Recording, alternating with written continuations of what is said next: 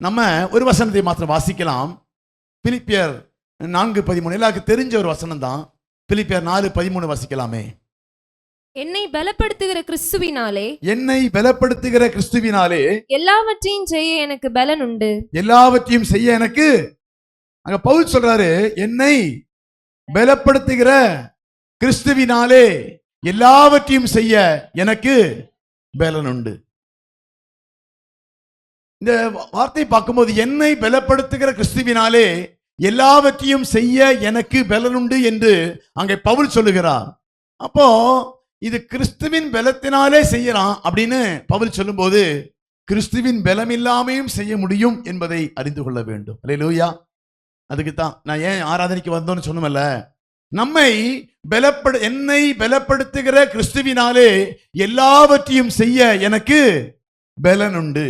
அப்ப நாம் செய்வதற்கு, நாம கிரியை செய்வதற்கு யாரையோ ஒருத்தருடைய பலன் வேண்டும். யாருடைய பலன் அது? கிறிஸ்துவின் பலன் நமக்கு வேண்டும். அல்லேலூயா.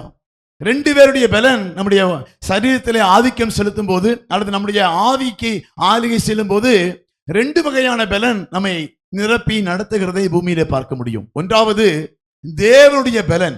என்னை பலப்படுத்துகிற கிறிஸ்துவினாலே எல்லாவற்றையும் செய்ய எனக்கு பலன் உண்டு. இன்னி மாற்றி சொல்லணும்னா, என்னை பலப்படுத்துகிற சத்துருவினாலே எல்லாவற்றையும் செய்ய எனக்கு பலன் உண்டு. அல்லேலூயா. 2 வகையான பலத்தினாலே இந்த மனுஷன் பூமியிலே வாழ்ந்து கொண்டிருக்கிறான். ஆனா எந்த மனுஷனோட பலத்தோடு கூட நாம் வாழ்ந்து கொண்டு இருக்கிறோம் என்பதைத்தான் இந்த நாளில் ஆராய்ந்து பார்க்க வேண்டும். அல்லேலூயா. ஆமே. என்னை பலப்படுத்துகிற கிறிஸ்துவினாலே எல்லாவற்றையும் செய்ய எனக்கு பலன் இருக்குதா, இல்லை என்னை பலப்படுத்துகிற சத்துருவினாலே நான் கிரியை செய்து கொண்டு இருக்கிறேனா? அல்லேலூயா. பக்கத்துல பார்த்து கேளுங்களேன், கைப்பிடி சொல்லுங்களேன். சொல்லுங்க, என்னை பலப்படுத்துகிற யாரு? நீங்க தான் சொல்லணும். உங்களை யாரு பலப்படுத்திட்டு இருக்கிறாங்கிறத நீங்க தான் சொல்லணும். உங்களை சத்துரு பலப்படுத்திட்டு இருக்கானா, இல்ல ஆண்டவர் உங்களை பலப்படுத்திட்டு இருக்கிறாரா? இன்னும் சொல்லுங்க, என்னை பலப்படுத்துகிற.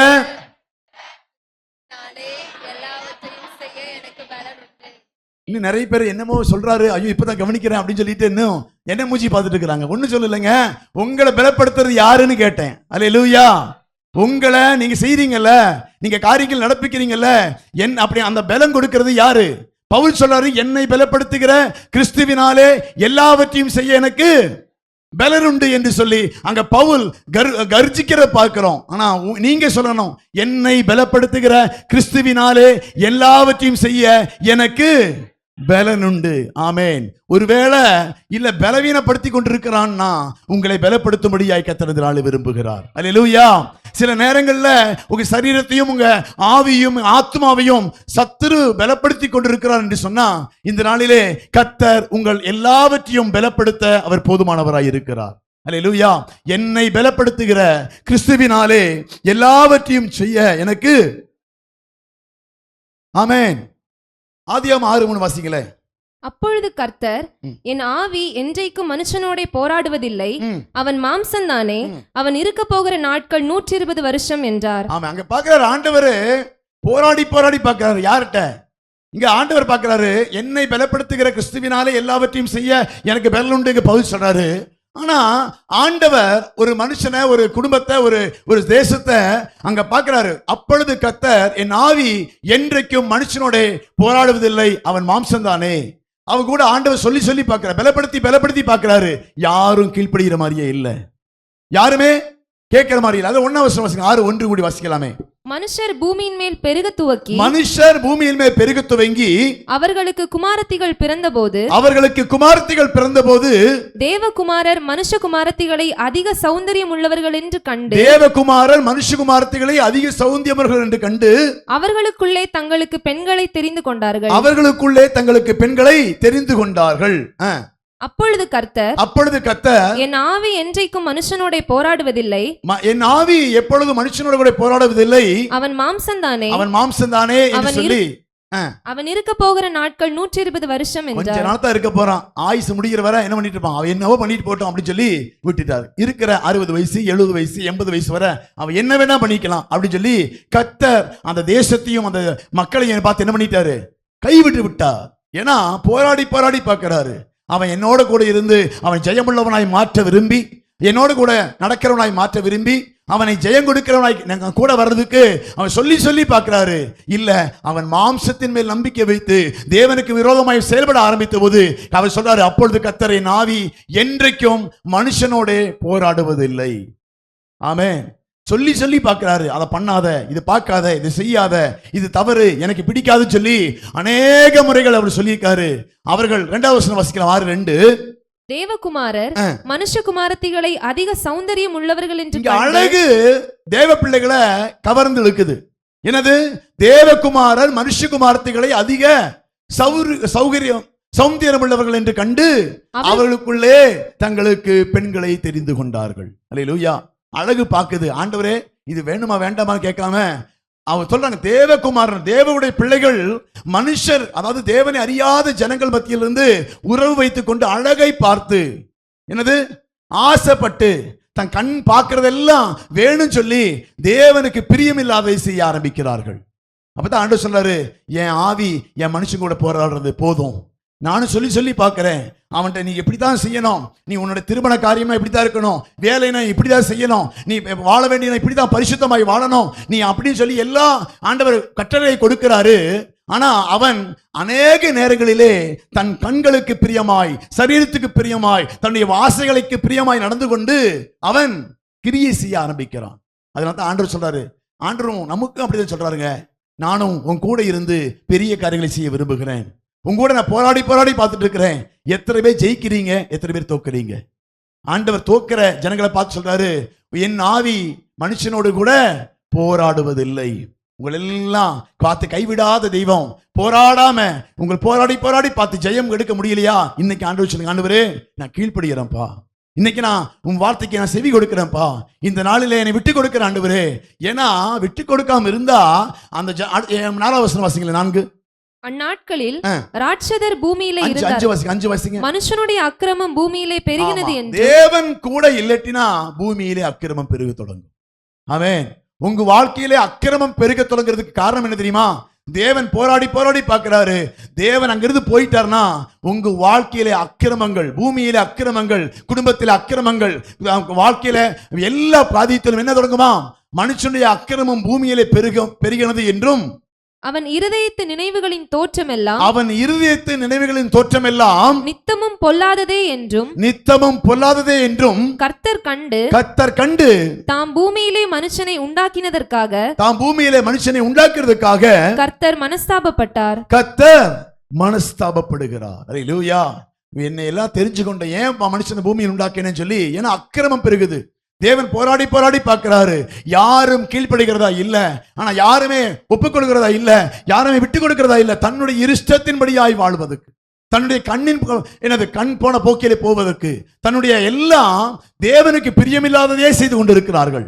அப்பதான் கர்த்தர் சொல்ல, என்னுடைய ஆவி மனுஷனோட போராடுவதில்லை. இந்த நாளிலும் பலப்படுத்த கிறிஸ்து வருகிறார்.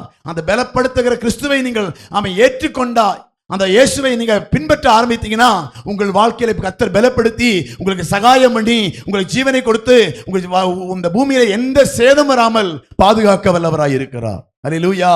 கிறிஸ்து நமக்கு பலப்படுத்த தேவை. நம்முடைய ஆசைகளையும் நம்முடைய விருப்பங்களையும் கிறிஸ்துவுக்குள் நாட்டிக்கொண்டு நாம் செய்கிற தீர்மானங்கள், எடுக்கிற காரியங்கள் எல்லாம் கிறிஸ்துவுக்குள் இருந்து கொண்டு தேவனுக்கு பிரியமாக இருக்கிறதா என்பதை நீங்கள் ஆராய்ந்து பார்க்க வேண்டும். ஆமென். அல்லேலூயா. இல்லாம நான் என் இஷ்டப்படிதான் வாழுவேன், சர்ச்சுக்கு வருவேன், போவேன், நீங்க சொன்னா என்ன, நான் கேட்பானா கேட்க மாட்டானா அப்படின்னு இருந்தா ஓகே, ஒண்ணு பிரச்சனை இல்லை. ஆண்டவர் சொல்றாரு, பூமியில மனுஷன் போறான். அடுத்த வருஷம் 7 வாசிக்கலாம். 7. அப்பொழுது கர்த்தர் நான் சிருஷ்டித்த மனுஷனை பூமியின் மேல் வைக்காமல் மனுஷன் முதற்கொண்டு மிருகங்கள், ஊரும் பிராணிகள், ஆகாயத்து பறவைகள் பரியந்தமும் உண்டாயிருக்கிறவைகளை நிக்கிரகம் பண்ணுவேன், நான் அவர்களை உண்டாக்கினது எனக்கு மனஸ்தாபமா இருக்கிறது என்றார். ரொம்ப கோபப்படுத்த மாதிரி நடத்தீங்கன்னா புடுங்கி விட்டுருவார் மூச்சை. அவ்வளவுதான். என்னது? ரொம்ப கோபப்படுத்துற மாதிரி சொல்லி சொல்லி கேட்கல வச்சுங்களேன், என்னாச்சு, எடுக்க முடியாத மூச்சு. அவ்வளவுதான், அவ்வளவு கட்டையாயிருவீங்க நீங்க. அதான் சொல்றாரு, ரொம்ப ரொம்ப போராடி பார்ப்பாரு, இல்லையா முடியலையா, போதுண்டா உன் ஆட்டம் நிறுத்துறா சொல்லி என்ன பண்ணிடுவாரு, முடிச்சே போடுவாரு. அல்லேலூயா. அப்படித்தான் நோவாவின் காலத்தில் கீழ்ப்படியாத ஜனங்களை, அவர்கள் பெண் கொண்டும் பெண் எடுத்தும் தேவனுக்கு பிரியமில்லாத வாழ்க்கை வாழ்ந்து கொண்டிருந்த ஜனங்களை என்ன பண்ணிட்டாரு, ஒரே அடியா முடிச்சார். முடிக்க முடியுமா? முடியும். ஒரே நேரத்தில் ஒரு 40 நாள் மழை வந்ததுன்னா போதும், அவ்வளவுதான், சோலி எல்லாத்தோட முடியும். என்னச்சு 2 நாள்ல முடிச்சிருப்பான்னு நினைக்கிறேன், அப்படித்தானே? தண்ணி ஏறி 40 நாள் மழை பெஞ்சுது. அந்த 1 நாள் 2 நாள்ல எல்லாருடைய ஆவியும் போச்சு. நோவா அவருடைய பிள்ளைகள் மாதிரி 8 பேர் மாத்திரம் காக்கப்பட்டார்கள். அல்லேலூயா. ஆனா கர்த்தருக்கோ, அடுத்த வருஷம் 8வது வசனம் வாசிக்கலாம். நோவாவுக்கோ கர்த்தருடைய கண்களில் கிருபை கிடைத்தது. ஆமா, நோவாவுக்கோ கர்த்தருடைய கண்களில் கிருபை கிடைத்தது. தேவனுக்கு பிரியமாய் வாழ்ந்த நோவா, அவன் தேவ கிருபை பெற்று அவன் சொல்ற, என்னை பலப்படுத்துகிற கிறிஸ்துவினாலே எல்லாவற்றையும் செய்ய எனக்கு பலன் உண்டு. பவுல் சொன்னது போல நோவா சொல்றாரு, நான் தேவனுக்காய் வாழ்ந்தேன், கர்த்தர் என் ஜீவனை காப்பாற்றினார். அல்லேலூயா. நான் கர்த்தருக்காய் வைராக்கியமாய் வாழ்ந்தேன், கர்த்தர் என்னை சேதமின்றி பாதுகாத்தார். ஆமென். கர்த்தரை நான் பின்பற்றினேன், கர்த்தர் எனக்கு ஜீவனை கொடுத்தார் என்று சொல்லி அவன் ஜீவனையோடு கூட தேவனை ஆராதிக்க ஆரம்பித்தான். அநேகர் தேவனுக்கு பிரியமில்லாத வாழ்க்கை வாழ்ந்தவர்கள் எல்லாம் மண்ணோடு மண்ணாகி என்ன பண்ணிட்டாங்க? தண்ணீர மூழ்கி மூச்சு முட்டி செத்து போயிட்டாங்க. அதான் ஆண்டவர் சொல்றாரு, நான் உண்டு பண்ணினவன் எனக்கு கீழ்ப்படிந்து இருக்க வேண்டும், என்னை ஆராதிக்க வேண்டும். நான் அவனுக்கு பிரியமான வழிகளை ஆயத்தப்படுத்தி வைத்திருக்கிறேன். அவன் என் வார்த்தைக்கு கீழ்ப்படிந்து இருந்தான்னா அவன் வாழ்க்கை ஆசீர்வாதமாக இருக்கு. என்னை பலப்படுத்துகிற கிறிஸ்துவையே அவன் சார்ந்து கொள்ள வேண்டுமே தவிர வேற எதையும் சார்ந்து கொள்ளக்கூடாது என்பதை கர்த்தர் விரும்புகிறார். அல்லேலூயா. என்னை பலப்படுத்துகிறது கிறிஸ்துவாகத்தான் இருக்க வேண்டும், என்னை பலப்படுத்துகிறது இயேசுவாகத்தான் இருக்க வேண்டும், என்னுடைய பலன் கிறிஸ்துவின் மேல் தான் இருக்கணும் சொல்லி ஒவ்வொரு மனுஷனையும் நம்பணும். இன்னைக்கு என்னச்சு, அநேகர் தன் சுயபலத்தை நம்ப ஆரம்பிக்கிறார்கள். இன்னைக்கு அநேகர் தன் படிப்பை நம்ப ஆரம்பிக்கிறார்கள், தன் அழகை நம்ப ஆரம்பிக்கிறார்கள், தன் அறிவை நம்ப ஆரம்பிக்கிறார்கள். ஆனா உங்களுடைய நம்பிக்கையும் என்னுடைய நம்பிக்கையும் கிறிஸ்துவின் மேல் இருக்க வேண்டும். அல்லேலூயா. என்னை பலப்படுத்துகிறது கிறிஸ்துவாகத்தான் இருக்க வேண்டும். அல்லேலூயா. அதனால ஆண்டவர் சொல்ல, என்னை பலப்படுத்துகிற கிறிஸ்துவினாலே எல்லாவற்றையும் செய்ய எனக்கு பலன் உண்டு. ஆமென். அந்த பலத்தோடு தான் நீங்க ஓடணும், அந்த பலத்தோடு தான் நீங்க போராடணும், அந்த பலத்தோடு தான் நீங்க ஜீவிக்கணும். அப்ப ஒருவேளை உங்கள் வாழ்க்கையில பலவீனப்படுத்துகிற வல்லமைகள் இருந்தா அதை நீக்கக்கூடிய அதிகாரம் உள்ளவர் நம்ம மத்தியில் இருக்கிறார். அல்லேலூயா. சகல அதிகாரங்களையும் சகல வல்லமைகளையும் சகல பலவீனங்களையும் மேற்கொள்ளக்கூடிய அபிஷேகம் நிறைந்தவர் நம்மை ஆராதித்துக் கொண்டிருக்கிறோம். ஆமென். என்னை பலப்படுத்துகிற கிறிஸ்துவினாலே எல்லாவற்றையும் செய்ய எனக்கு பலன் உண்டு. ஆமென். பவுல் அதான் சொல்றாரு. அவர் வாழ்க்கையில என்ன நடந்தது என்பதை பார்க்கலாம். பிலிப்பியர் 3:3. ஏனெனில் மாம்சத்தின் மேல் நம்பிக்கையாயிராமல் ஆவியினாலே தேவனுக்கு ஆராதனை செய்து கிறிஸ்து இயேசுவுக்குள் மேன்மை பாராட்டுகிற நாமே விருத்த சேதனம் உள்ளவர்கள். ஏனெனில் மாம்சத்தின் மேல் நம்பிக்கையிராமல் ஆவியினாலே தேவனுக்கு ஆராதனை செய்து கிறிஸ்து இயேசுவுக்குள் மேன்மை பாராட்டுகிற நாமே விருத்த சேதனம் உள்ளவர்கள். அல்லேலூயா. அப்ப நாம எதன் மேல நம்பி இருக்க? நம்முடைய நம்பிக்கை மாம்சத்தின் மேல் இருக்கக்கூடாது, வேலையின் மேல் இருக்கக்கூடாது, பணத்தின் மேல் இருக்கக்கூடாது, வசதி வாய்ப்புகள் மேல் இருக்கக்கூடாது. நம்முடைய சிந்தை கிறிஸ்துவின் மேல் இருக்க வேண்டும். ஏனெனில் மாம்சத்தின் மேல் நம்பிக்கை இராமல் ஆவியினாலே தேவனுக்கு ஆராதனை செய்து கிறிஸ்து இயேசுவுக்குள் மேன்மை பாராட்டுகிற நாமே. நமக்குள்ள ஒரு பெருமை இருக்கு. நான் ஆராதிக்கிறதுனால தான் நான் நல்லா இருக்கிறேன், நான் ஆராதிக்கிறதுனால தான் சுகத்தோடு இருக்கிறேன், நான் ஆராதிக்கிறதுனால தான் எனக்கு நல்ல வேலை கிடைச்சிருக்குது, நான் ஆராதிக்கிறதுனால தான் தேவன் என்னை ஆசீர்வதித்து உயர்த்தி வைத்திருக்கிறார் என்று சொல்லி என்ன பண்ணணும்? உங்க சிந்தைகளை நீங்கள் கிறிஸ்து இயேசுவுக்குள் மாற்றிக்கொள்ள வேண்டும். இல்ல, நான் சம்பாரிச்சு தாங்க என் குடும்பத்தை நடத்திட்டு இருக்கிறேன், நான் சம்பாரிச்சு தாங்க என் வீடு வாசல்லாம் வாங்கி இருக்கிறேன், நான் சம்பாரிச்சு தான் இவ்வளவு பெரிய ஆஸ்திகளுக்கு சொந்தக்காரன் மாறி இருக்கேன்னு சொல்லி மாம்சத்தின் மேல் நம்பிக்கை வைத்தால் அது, ஏன்னா உங்களை திறமையினாலும் உங்களை பெருமையினாலும் செய்யறதல்ல, கிருபையினால் செய்வது. ஆனா வேதம் சொல்கிறது, ஆவியினாலே தேவனுக்கு ஆராதனை செய்து கிறிஸ்து இயேசுவுக்குள் மேன்மை பாராட்டுகிற நாமே விருத்த சேதனம். உள்ள வரும்போது ஆவியை ஆராதிக்கணும். இங்க வரும்போதே டென்ஷன், வரும்போது மொபைல் அடிச்சுட்டே இருக்கும், ரிங்கு அடிச்சுட்டே இருக்கும். இங்க வந்தா மனசு ஐயோ எப்ப கூப்பிடுவான், பணம் போடுறதுனால வரலன்னு சொல்லிச்சே என்ன, ஆவியில ஆராதிக்க முடியாம மாம்சம் தடைபட்டு கொண்டே இருக்கும். அல்லேலூயா. அப்ப உள்ள கடந்து வரும்போதே எப்ப செப்பல்கள் கட்டி வைக்கிறீங்களோ அந்த இடத்திலேயே உங்களோட என்னது மேன்மைகள், பெருமைகள், படிப்பு, பதவி எல்லாத்தையும் அங்கே கழட்டி வச்சுட்டு உள்ள வரும்போது, ஆண்டவரே உங்களோட பலத்தினால நான் ஆராதிக்கப்படி வந்திருக்கிறேன், உம்மை துதிக்கும்படி வந்திருக்கிறேன்னு சொல்லி எங்க செப்பல் கழட்டி வைக்கிற போக்குமே எல்லா பெருமைகளையும் எல்லா எண்ணங்களையும் மாம்ச கிரிகள் எல்லாம் அங்கே கழட்டி வச்சுட்டு உள்ள வந்து கர்த்தரை எப்படி ஆராதிக்கணும்? ஆவியினாலே தேவனுக்கு ஆராதனை செய்து. ஆமென். ஆவியினாலே தேவனுக்கு ஆராதனை செய்து தேவனுக்கு பிரியமான பலிகளை ஏறெடுக்க வேண்டும். அல்லேலூயா. 4 வசனம் வாசிக்கலாம். 4. மாம்சத்தின் மேல் நம்பிக்கை வைக்க வேண்டுமானால், மாம்சத்தின் மேல் நம்பிக்கை வைக்க வேண்டுமானால் நானும் வைக்கலாம். வேறொருவன் மாம்சத்தின் மேல் நம்பிக்கையாய் இருக்க நினைத்தால் நான் அதிகமாய் அப்படி செய்யலாம். பவுல் சொல்றாரு, நாம் மாம்சத்தின் மேல நம்பிக்கையோடு நாம் மாம்சத்தின் காரியங்களை சொல்ல போனோம்னா அநேகம் சொல்லலாம். அடுத்த வசனத்தை வாசிக்கலாம். நான் 8ஆம் நாளில் விருத்த சேதனம் அடைந்தவன் இஸ்ரவேல் வம்சத்தான், பென்யமின் கோத்திரத்தான், எபிரேயரில் பிறந்த எபிரேயன், நியாயப்பிரமாணத்தின்படி பரிசேயன், பக்தி வைராக்கியத்தின்படி சபையை துன்பப்படுத்தினவன். என்னுடைய நியாயப்பிரமாணத்தின் காரியத்தை பார்த்தீங்கன்னா எங்கள்கிட்ட ஒரு குறையும் சொல்ல முடியாது. அப்படிப்பட்ட பக்தி வைராக்கியமா மாம்சத்தில் கிரியைகளை செய்து தேவனுக்கு பிரியமாய் வாழ்ந்து கொண்டிருந்தவன். மாம்சத்தில் அவன் கிரியை செய்வான். 8ஆம் நாள் விருத்த சேதனம் பண்ணவன். நான் பக்தி வைராக்கியமா இருந்ததுனால தேவனுக்கு தொண்டு செய்கிறேன்னு சொல்லி மாம்சத்தில் பலவீனமாக இருந்ததுனால எல்லா சபையும் துன்பப்படுது. ஏன்னா இவர்கள் எல்லாம் என்னுடைய சபைக்கு விரோதமாய் தேவனுக்கு சொன்ன அந்த நியாயப்பிரமாணத்துக்கு விரோதமாய் செயல்படுறதுனால எல்லா சபையும் துன்பப்படுத்தினவன். அது மாத்திரமில்ல, எல்லாம் அதாவது தேவனுடைய காரியத்தை எல்லாமே மாம்சத்திலே அவன் கிரியை செய்து என்ன பண்ணிட்டு இருந்தான், ரொம்ப பக்தி வைராக்கியமாய் வாழ்ந்து கொண்டிருந்தவன் பவுல். அதனால தான் சொல்றாரு, மாம்சத்தில் மேன்மை பாராட்டுறதுக்கு எனக்கு 1000 உண்டு, ஆனா அதெல்லாம் ஒன்று மேன்மை அல்ல. நான் இயேசுவை ஆவியிலே ஆராதிக்க விரும்புகிறேன். சரீரத்துல அவன் என்னுடைய இன்னைக்கு அதனாலதான் சரீரத்தில் நிறைய மேன்மைகள் காண்பிக்க. என்னது, கட்டி இழுக்கவும் என்ன பண்றது, நிறைய காரியத்தெல்லாம் சரீரத்தில் செய்யறாங்க. தேவனுக்கு பிரியமா நான் செய்யறேன்னு சொல்லி போட்டு சரீரத்துல என்ன பண்றது, குத்திக்கிறது, என்ன பண்றது, இழுக்கிறது, தொங்கிறது, என்ன பண்றது, எல்லாமே சரீரத்துல சிலுவை சுமந்துட்டு போறது.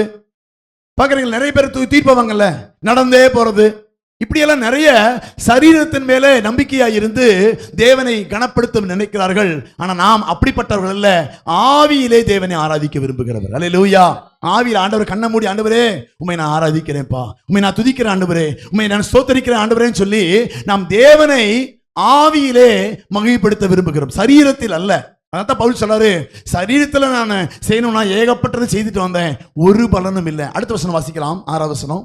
பக்தி வைராக்கியத்தின்படி சபையை துன்பப்படுத்தினவன், நியாயப்பிரமாணத்திற்குரிய நீதியின்படி குற்றஞ்சாட்டப்படாதவன், ஆகிலும் எனக்கு லாபமா இருந்தவைகள் எவைகளோ அவைகளை கிறிஸ்துவுக்காக நஷ்டமென்று எண்ணினேன். எல்லாம் லாபம் நினைச்சிருந்த, எல்லாம் எனக்கு பெருமை, என்னுடைய பெருமையா நினைச்சிட்டு இருந்த, இதெல்லாம் எப்பனா கிறிஸ்துவை அறிகிறதுக்கு முன்பாய் சரீரத்தில் செய்யறது எல்லாமே மேன்மைன்னு சொல்லி நான் நினைச்சிட்டு இருந்தேன்.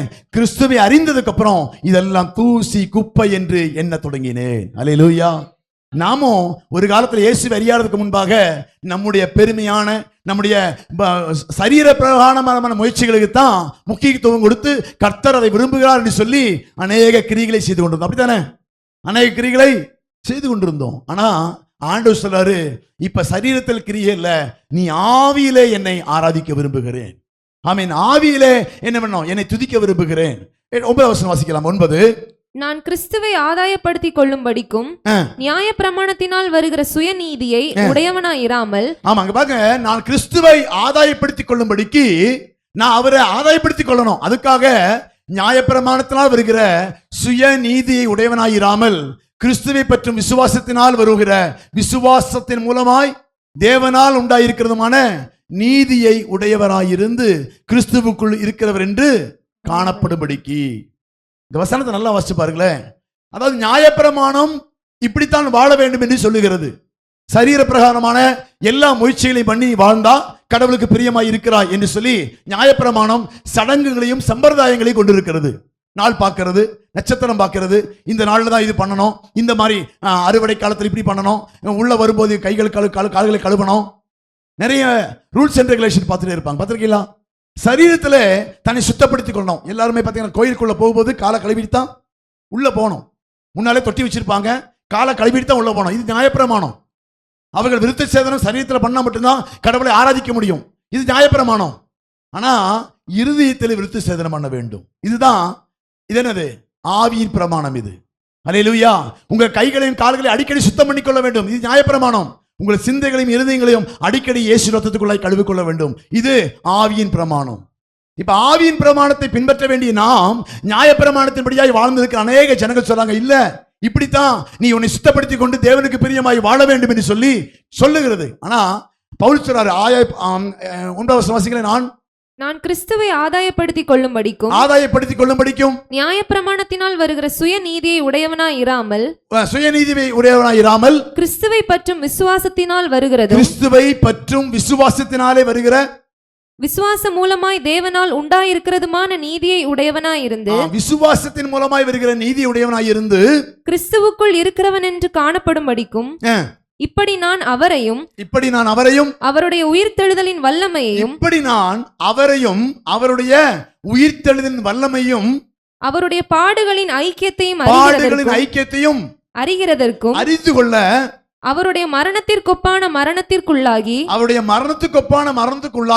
எப்படியாயினும் நான் மரித்தோரில் இருந்து உயிரோடு எழுந்திருப்பதற்கு தகுதியாகும்படிக்கும் என்ன சொல்றாருன்னா, நான் உயிரோடு கூட எழுந்து கிறிஸ்துவினிடத்தில் போனோம், மரித்து உயிரோடு கூட எழுந்து கிறிஸ்துவத்துக்கு போறதுக்காக அவர் என்ன சொல்றாரு? 9 வசனம் வாசிக்கிறேன். 9, நான் கிறிஸ்துவை ஆதாயப்படுத்திக் கொள்ளும்படிக்கும் நியாயப்பிரமாணத்தினால் வருகிற சுயநீதியை உடையவனாய் இராமல் கிறிஸ்துவை பற்றும் விசுவாசத்தினால் வருகிறதும் விசுவாச மூலமாய் தேவனால் உண்டாயிருக்கிறதுமான நீதியை உடையவனாய் இருந்து கிறிஸ்துவுக்குள் இருக்கிறவன் என்று காணப்படும்படிக்கும் காணப்படும்படிக்கு அப்படின்னா கிறிஸ்துவுக்குள்ள நான் இருக்கிறேன்னு சொல்றத காணப்படும்படிக்கு இப்படி நான் அவரையும் அவருடைய உயிர்த்தெழுதலின் வல்லமையையும் அவருடைய பாடுகளின் ஐக்கியத்தையும் அறிகிறதற்கும் அவருடைய மரணத்திற்கொப்பான மரணத்திற்குள்ளாகி இதெல்லாம் நான் அறிக்கை பண்றதுக்கு அவருடைய மரணத்துக்கு ஒப்பான மரணத்துக்குள் ஐக்கியப்பட வேண்டும். அல்லேலூயா. மரணத்துக்கு ஒப்பான மரணம் என்னது? கிறிஸ்துவை அறிகிறதுக்கும் நான் அவரை அவருடைய உயிர்த்தெழும் வல்லமையை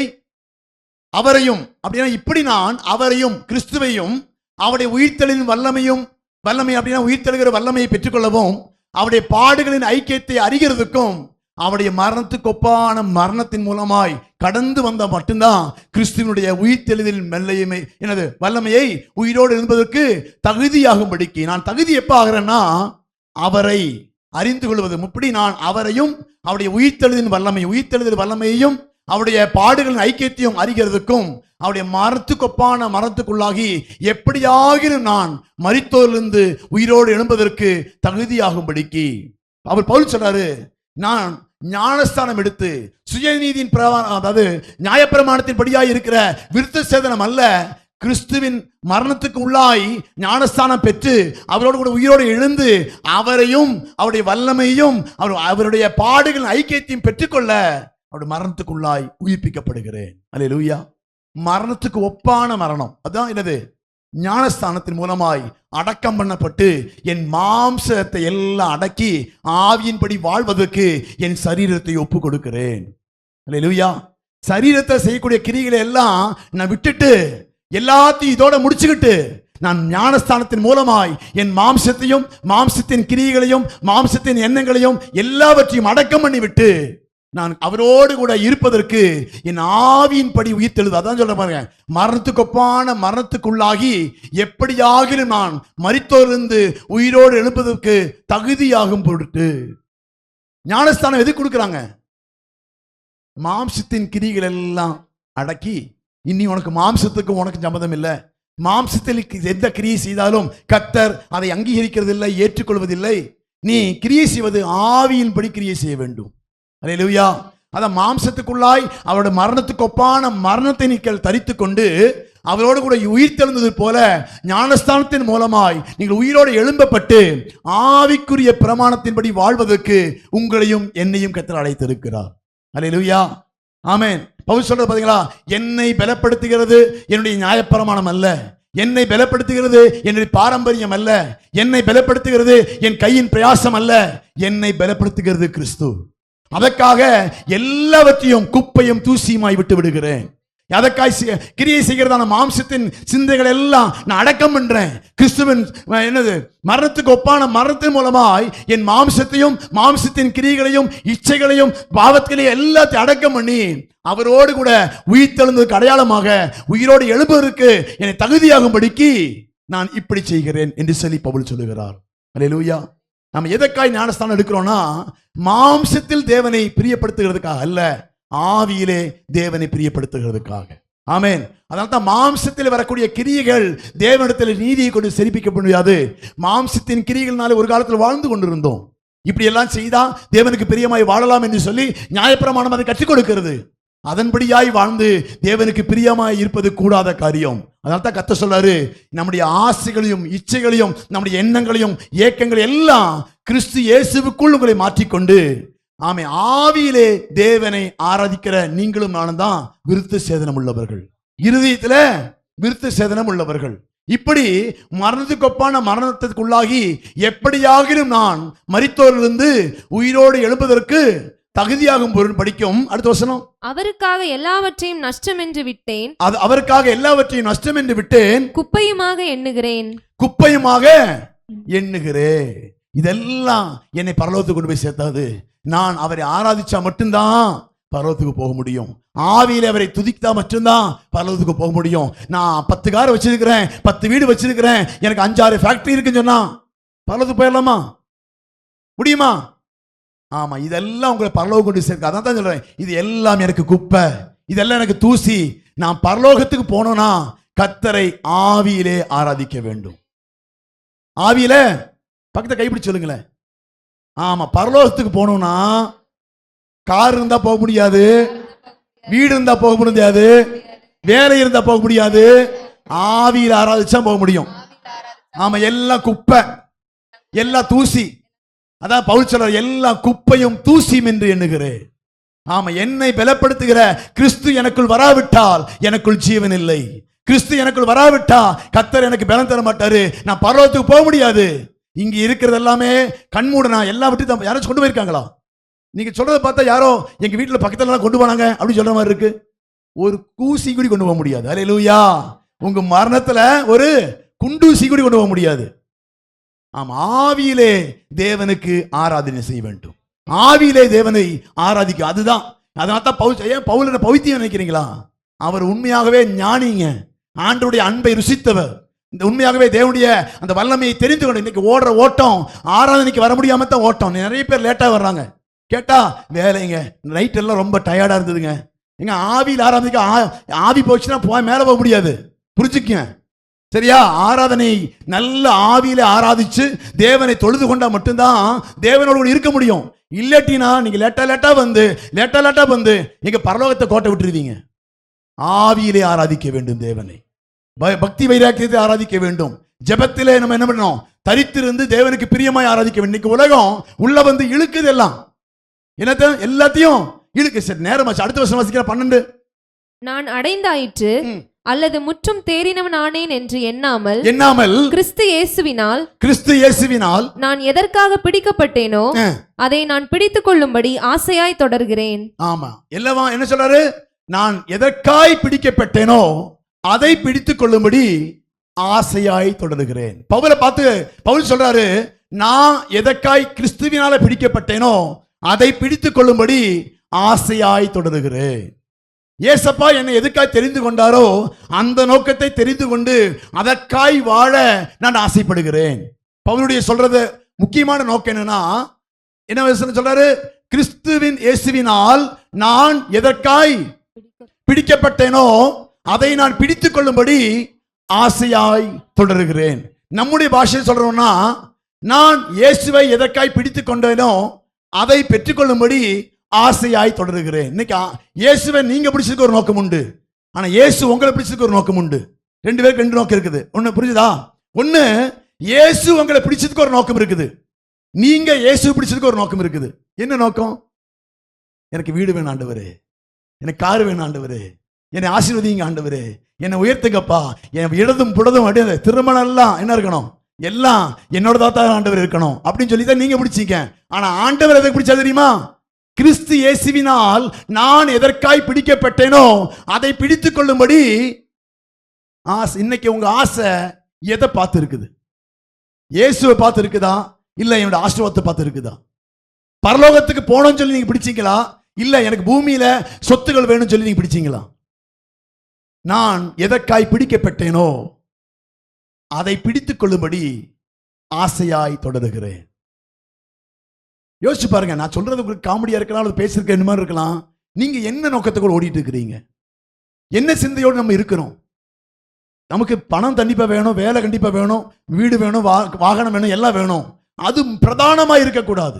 தேவனை தடுக்கிறதா இருக்கக்கூடாது. தேவனுடைய ஆராதனையையும் தேவனுடைய ஐக்கியத்தையும் தடுக்கிறதா இருக்கக்கூடாது. அவ்வளவுதான்.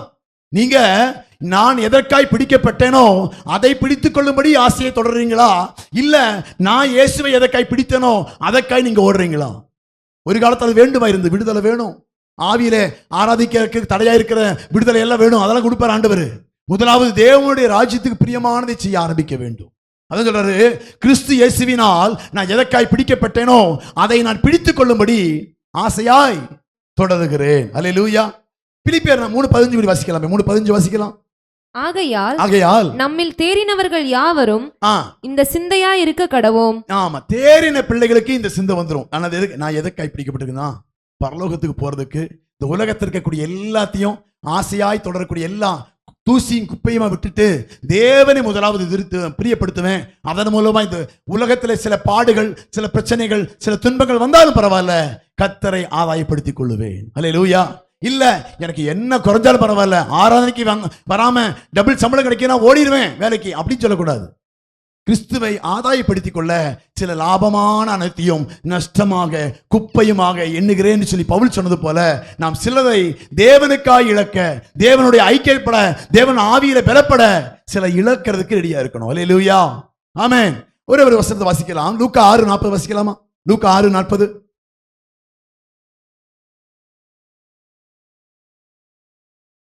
சீஷன் தன் குருவுக்கு மேற்பட்டவன் அல்ல, தேறியவன் எவனும் தன் குருவை போல இருக்கிறான் என்று வேதம் சொல்லுகிறது. அல்லேலூயா. அதான் 3:15 வருஷம். பிலிப்பியர் 3:15 சீஷன் தன் குருவுக்கு மேற்பட்டவன் அல்ல, தேறியவன் எவனும் தன் குருவை போல இருக்கு. அப்ப தேறினவனுக்கு குருவை போல சிந்தவர். இயேசுவின் சிந்தை உங்களுக்குள் வந்துவிடும். இயேசு எதுக்கு என்னை பிடிச்சாரு, எதற்காக தெரிந்து கொண்டேன், எதற்காக என்னை முன்குறித்தார் என்று சொல்லி நாம என்ன பண்ணோம்? பார்க்க ஆரம்பிப்போம், கேட்க ஆரம்பிப்போம், தேட ஆரம்பிப்போம். அதான் கிறிஸ்து இயேசுவினால் எதற்காய் பிடிக்கப்பட்டேனோ அதை பிடித்துக் கொள்ளும்படி நான் ஆசையா. 3:17 வாசிக்கலாமே. பிலிப்பியர் 3:17. சகோதரரே நீங்கள் என்னோட கூட பின்பற்றுகிறவர்கள் ஆகி நாங்கள் உங்களுக்கு வழிகாட்டுகிறபடி நடக்கிறவர்களை மாதிரியாக நோக்குங்கள். நீங்கள் என்ன சொல்றாரு? சகோதரரே நீங்கள் என்னோடு கூட பின்பற்றுவர்களாகி நாங்கள் உங்களுக்கு வழிகாட்டுகிறபடி நடக்கிறவர்களை மாதிரியாக அவங்களை நீங்க ஃபாலோ பண்ணுங்க. இன்னைக்கு நிறைய பேர் வேற வேற விதமா ஃபாலோ பண்ணிட்டு இருக்காங்க. அப்படியெல்லாம் நீங்க ஃபாலோ பண்ணாம உங்களுக்கு நடத்துகிறவர்களுக்கு நான் சொல்ற பாருங்க, சில பேரை மாற்ற காண்பிக்கிறேன், இதன்படியாய் நீங்கள் நடக்க நோக்குங்கள். அடுத்த வசனம் வாசிக்க 18. ஏனெனில் அநேகர் வேறு விதமாய் நடக்கிறார்கள். வேறு விதமாய். இன்னைக்கு அந்த ஆளுகளை பார்த்து தான் நிறைய பேரு தன் ஆவிக்குரிய ரீதியை கெடுத்து கொண்டிருக்கிறார்கள். அவர்கள் மாம்சத்துக்குரிய வேஷங்களை தரித்துக் கொண்டு, மாம்சத்திலே பலப்படுத்திக் கொண்டு, மாம்சத்தை அழகுபடுத்திக் கொண்டு, மாம்சத்தின் விருப்பங்களை நிறைவேற்றும்படியாய் அலைந்து கொண்டிருக்கிறார்கள். இன்னைக்கு அநேகர் ஆவிக்குரியவர்களும் அந்த மாம்சத்திற்குரிய பிள்ளைகள் செய்கிறத மாதிரியாய் பின்பற்றி கொண்டு தங்களுடைய செயல்களை எல்லாம் மாம்சத்துக்குரியதாய் மாற்றிக்கொள்கிறார். நீங்க அப்படி ஏனெனில் அநேகர் வேறு விதமாய் நடக்கிறார்கள், அநேகர் வேறு சிந்தையோடு நடக்கிறார்கள், அநேகர் தன் தேவனுக்கு பிரியமில்லாத காரியத்தை செய்து வாழ்ந்து கொண்டிருக்கிறார்கள். அவர்களை அநேகர் பின்பற்றி கொண்டிருக்கிறார்கள். அதான் தான் பவுல் சொல்ற, இவர்கள் எல்லாம் பின்பற்றாதீங்க, நான் உங்களுக்கு காண்பிக்கிறதையும் என்னையும் நான் உங்களுக்கு காண்பிக்கிற நபர்களையும் வசனத்தையும் பின்பற்ற நீங்கள் ஆயத்தமாக இருங்கள் என்று கர்த்தர் சொல்லுகிறார். அல்லேலூயா. இன்னைக்கு அநேகர் உலகத்துல வேஷம் போட்டிருப்பாங்க, ஆவிக்குரிய சபைக்கு போயிட்டு இருப்பாங்க. ஆனா அவங்க போடுற வேஷங்கள் எப்படிப்பட்டதா இருக்கு? என் அநேகர் வேறு விதமாய் நடக்கிறார்கள். அவர்கள் கிறிஸ்துவின் சிலுவைக்கு பகைஞர் என்றும் உங்களுக்கு அநேகந்தரம் சொன்னேன், இப்பொழுது கண்ணீரோடும் சொல்லுகிறேன். அவர்களுடைய முடிவு அழிவு, அவர்களுடைய தேவன் வயிறு, அவர்களுடைய மகிமை, அவர்களுடைய லட்சையே, அவர்கள் பூமிக்கு அடுத்தவைகளை சிந்திக்கிறார்கள். பூமிக்கு அடுத்தவளையே சிந்தித்துக் கொண்டு அவர்கள் முடிவு என்னது? வயிற்றுக்காகவே வாழ்ந்து கொண்டு அவர்கள் மகிமை, அந்த ஆசைகளை மாத்திரம் நிறைவேற்றிக் கொள்ளும்படியாக கிறிஸ்துவின் இயேசுவுக்கு விரோதமான செயல்களை அவர்கள் செய்து கொண்டிருக்கிறார்கள். அல்லேலூயா. நம்முடைய வாழ்க்கை ஆராய்ச்சி பார்க்கணும். இந்த செய்தி கேட்கும் போது இங்க வந்து உட்கார்ந்து இருக்கிறமே 2 மணி நேரம் ஆண்டவர் ஆராதிக்கப்படி வந்திருக்கிறோமே, இந்த நாளில் கர்த்தர் என்னோடு கூட என்ன பேச விரும்புகிறார்? நான் கிறிஸ்துவின் சிந்தையோடு கூட இருக்கிறேனா, இல்ல பூமிக்கு எடுத்த மற்றவர்களைப் போல நானும் அந்த பூமிக்கு எடுத்த காரியங்களையே செய்து கொண்டிருக்கிறேனா என்று சொல்லி ஆராய்ந்து பார்க்க வேண்டும். ஆராய்ந்து பார்க்கணும். எனது அவர்களுடைய முடிவு அழிவு, அவருடைய தேவன் வயிறு, அவருடைய மகிமை, அவருடைய லட்சியே, அவர் பூமிக்கு அடுத்தவர்களை சிந்தித்துக் கொண்டு பூமிக்குரிய காரியங்களை செய்து கொண்டிருக்கிறார்கள். நானோ தேவனுக்கு ஆவியிலே ஆராதிக்கும்படியாய் தெரிந்து கொண்ட என்னுடைய வாழ்க்கையும் என்னுடைய நடக்கையும் என்னுடைய செயல்களும் தேவனுக்கு பிரியமானவைகளை மாத்திரமே செய்யும் என்பதை அறிந்து கொள்ள வேண்டும். அல்லேலூயா. பிலிப்பியர் 3:21 வாசிக்கலாமே. அவர் எல்லாவற்றையும் தமக்கு கீழ்ப்படுத்திக் கொள்ளத்தக்க தம்முடைய வல்லமையான செயலின்படியே நம்முடைய அற்பமான சரீரத்தை தம்முடைய மகிமையான சரீரத்திற்கு ஒப்பாக மறுரூபப்படுத்துவார். ஆமா, இங்க பூமியில நீங்க இருக்கும் போதே உங்க சரீரம் எப்படிப்பட்டதாய் மாறும்? மறுரூபமாகுவதற்கு தகுதியுள்ளதாய் மாறும். அல்லேலூயா. இந்த பூமியில் இருக்கும் போதே நீங்க செய்யக்கூடிய, நீங்க காணக்கூடிய இந்த சரீரம் மறுரூபமாகிறதுக்கு தகுதிப்படுத்தக்கூடிய இடம் தான் சபையில இருக்கிற வாழ்நாள் எல்லாம். ஒருவேளை உங்களுக்கு பாவம் இருந்துச்சுன்னா இந்த பூமியில இந்த சரீரம் என்ன ஆகுது? மறுரூபமாக செத்து அப்படியே மண்ணோட மண்ணா போயிருமே தவிர மறுரூபமாகி பரலோகத்துக்கு போக முடியாது. நரகத்துக்கு வேணா போகும். என்னது? நரகத்துக்கு வேணா போகும். அப்ப இந்த பூமியில வாழ்கிற நாள்ல நம்முடைய சரீரத்தை பரலோகத்துக்கு ஒத்த மறுரூபமாகக்கூடிய சரீரமாய் வணைந்து கொள்ள வேண்டும், மாற்றிக்கொள்ள வேண்டும். அல்லேலூயா. ஏன்னா நம்ம ஆவியில ஆராதிக்கபடி வந்திருக்கிறோம்.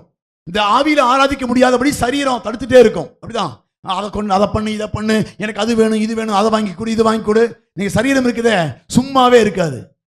என்ன வேணும்? ஏதாச்சும் பார்த்தா அதை கேட்டு இருக்கோம். அவன் போட்டிருக்கான் எனக்கு வேணும், அவன் வாங்க போறான் எனக்கு வேணும், அவன் அப்படின்னு சொல்லி எல்லாத்தையும் தனக்கு போட்டுட்டு தன்னுடைய ஆசைகளை தூண்டிக்கொண்டே இருக்கும் சரீரம். அதான் அவர் எல்லாவற்றையும் தமக்கு கீழ்ப்படுத்திக் கொள்ளத்தக்க தம்முடைய வல்லமையான செயலினாலே தம்முடைய அற்பமான சரீரத்தை தம்முடைய மகிமையான சரீரத்துக்கு ஒப்பாக மறுரூபப்படுத்துவார். அல்லேலூயா.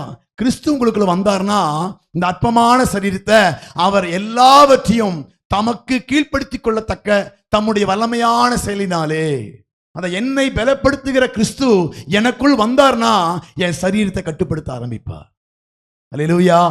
எப்படிங்க நான் ஜெயிக்க முடியும்? எப்படி நான் அதான் சொல்லுங்க. எவர் எல்லாவற்றையும்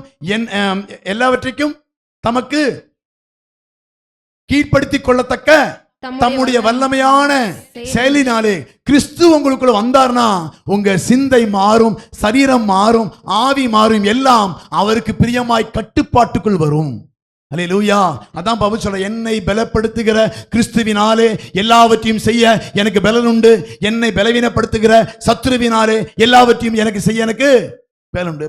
பாத்தீங்களா? உங்க கட்டுப்பாடு யார் கட்டுப்பாட்டில் இருக்குது? சத்துருவின் கட்டுப்பாட்டில் இருக்குதா? கிறிஸ்துவின் கட்டுப்பாட்டில் இருக்குதா? கிறிஸ்து உங்களுக்குள் இருந்தார்னா கிறிஸ்து அவர் எல்லாவற்றையும் தமக்கு கீழ்ப்படுத்திக் கொள்ளத்தக்க தம்முடைய வல்லமையினாலே செயல்படுவார். சத்துரு உங்களை கட்டுப்படுத்த நீங்க ஆரம்பிச்சீங்கன்னா அவன் அந்த மாம்சத்தின் கிரியைகளை அவுத்து ஆட விடுவான். என்ன பண்ணுவான்? நீ உன் கைய காலை கண்ணை எல்லாத்தையும் நீ அனுபவிடா. நீ உயிரோடு இருக்கும்போது தான் என்ன, இந்த பூமியிலே சொர்க்கம் இருக்குது, நீ இங்க எல்லாம் எப்படி கண் போன போக்கிலே போகலாம், நீ என்ன வேணா செய்யலாம் அப்படின்னு சொல்லி சரீரம் தன்னுடைய கட்டுப்பாட்டை சத்துரு தூண்டி விடுவான். ஆனா பலப்படுத்துகிற கிறிஸ்து உங்களுக்குள் இருந்தாலா, இல்லப்பா நீ பண்ணக்கூடாது, நீ பரலோகத்துக்கு வர முடியாது, அதனால உடைய பார்வையை மாற்று, உன் பேச்சை மாற்று, உன் செயலை மாற்று, உன்னுடைய செய்கைகளை மாற்று, உன்னுடைய கிரியைகளை மாற்று என்று சொல்லி அவர் கட்டுப்படுத்துவார். அவர் எல்லாவற்றையும் தமக்கு கீழ்ப்படுத்திக் கொள்ளத்தக்க தம்முடைய வல்லமையான செயலின்படியே தம்முடைய அற்பமான சரீரத்தை நம்முடைய மகிமையான சரீரத்துக்கு ஒப்பாக மறுரூபப்படுத்துவார். அல்லேலூயா. அந்த ஆவியில ஆராதிக்கும் போது கர்த்தர் உங்கள் சிந்தைகளை கட்டுப்படுத்த ஆரம்பிப்பார். ஆவியில ஜெபிக்க ஆரம்பிக்கும் போது கர்த்தர் உங்கள் சிந்தைகளை மாற்றுவார். இன்னைக்கு அது இருக்குதா? எங்க ஜெபமே இல்லை, எங்க போய் ஆண்டவரை கட்டுப்படுறது, நாங்க பேசாம விட்டு கொடுத்து வரோம் அப்படின்ட்டு என்ன பண்றோம்? அப்படியே கண் போன போக்கில சத்துருவுக்கு விட்டு கொடுத்து வாழ்ந்து கொண்டு இருக்கிறோம். ஆவிக்குரிய சபை இன்னைக்கு ஆவிக்குரிய தன்மையை இழந்து கொண்டு இருக்கிறது. கட்டுப்பாடு எங்க போயிருச்சு? அதாவது தேவகுமாரர்கள் மனுஷகுமாரத்திகள் அதிக சௌந்தரியம் உள்ளவர்கள் கண்டு ஆமா எல்லாத்தையும் விட்டுட்டு, ஆண்டவரே என்ன ஆண்டவர் பூமியில் இருக்கும்போது அழகா ரெண்டு பொண்ணை, அதாவது நல்ல பொண்ணை பார்த்து கல்யாணம் பண்ண வேண்டாம்னு நினைக்கிறீங்களா? நல்ல பொண்ணு ஆண்டவரே அழகா இருக்குதுப்பா அப்படின்னு சொல்லி வந்தாதான் மனுஷகுமார்த்திகளை விவாகம் பண்ணி கொண்டு தேவனுக்கு அருவருப்பாய் மாறினார்கள். கர்த்தர் சொன்னாரு, என்னுடைய ஆவி மனுஷனோட போராடுவதில்லை, அவனுடைய ஆயுசு 80 வருஷம் 90 வருஷம் 100 வருஷம் முடிஞ்சு போச்சு, அவ்வளவுதான், என் கூட அவன் நித்திய காலமா இருக்க முடியாது என்று சொல்லி தேவன் அவனை விட்டு தூர போய் விட்டார், அவனை தள்ளி விட்டார், அவனை அழிக்க தீர்மானித்தார்.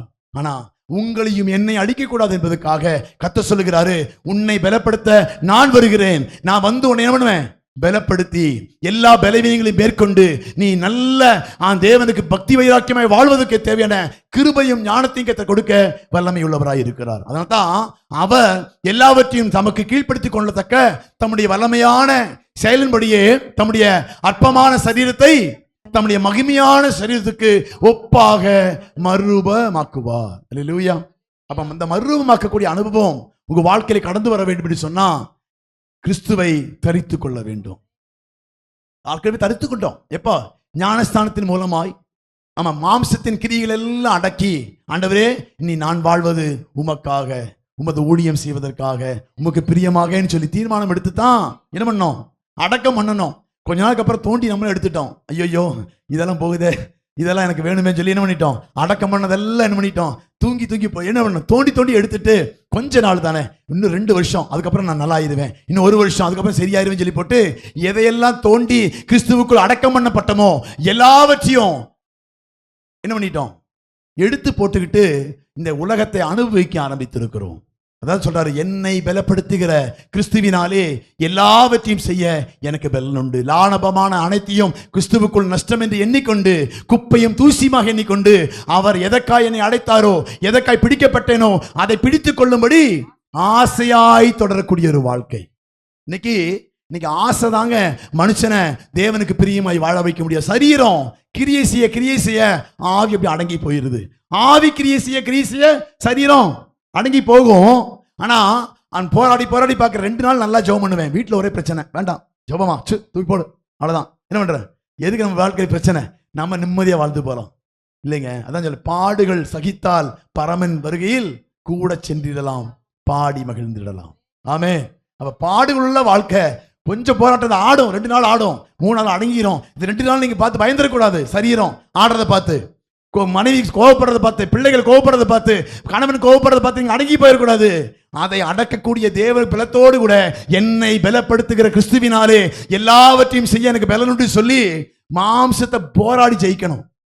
முதல்ல சொந்த சரீரம், பின்ன கூட இருக்கிற எல்லா சரீரத்தையும் என்ன பண்ணணும்? போராடி ஜெபம் பண்ணணும், ஜெயிக்கணும்.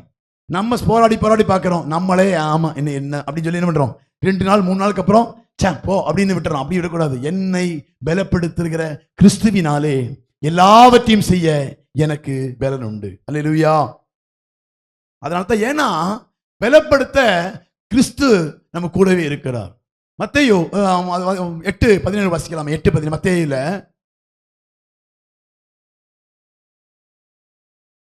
அவர் தாமே நம்முடைய பலவீனங்களை ஏற்றுக்கொண்டு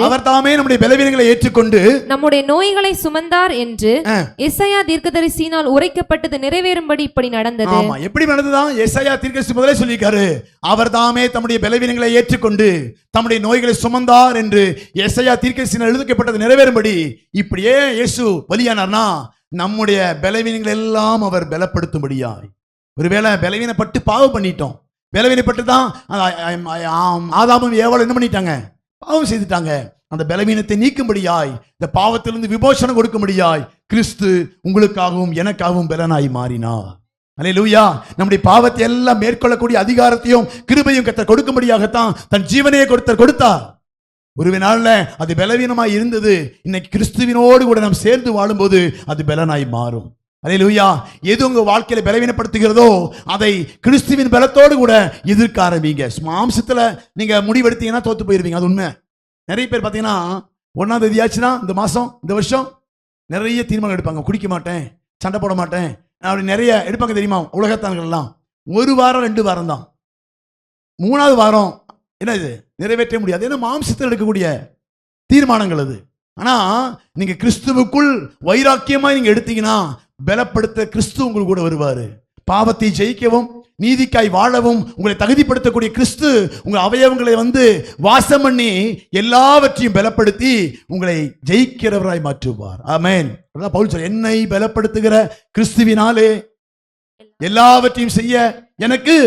மாம்சத்தை நம்பினீங்கன்னா நீங்க தோத்து போயிருவீங்க. நான் சம்பாதிக்கிறேன், நான் பார்த்துடுவேன் அப்படின்னா நம்பி என்ன ஆயிரும்? எல்லாம் போயிடும். இல்ல, என்னுடைய எல்லாம் என் கர்த்தரிடத்தில் இருக்குது.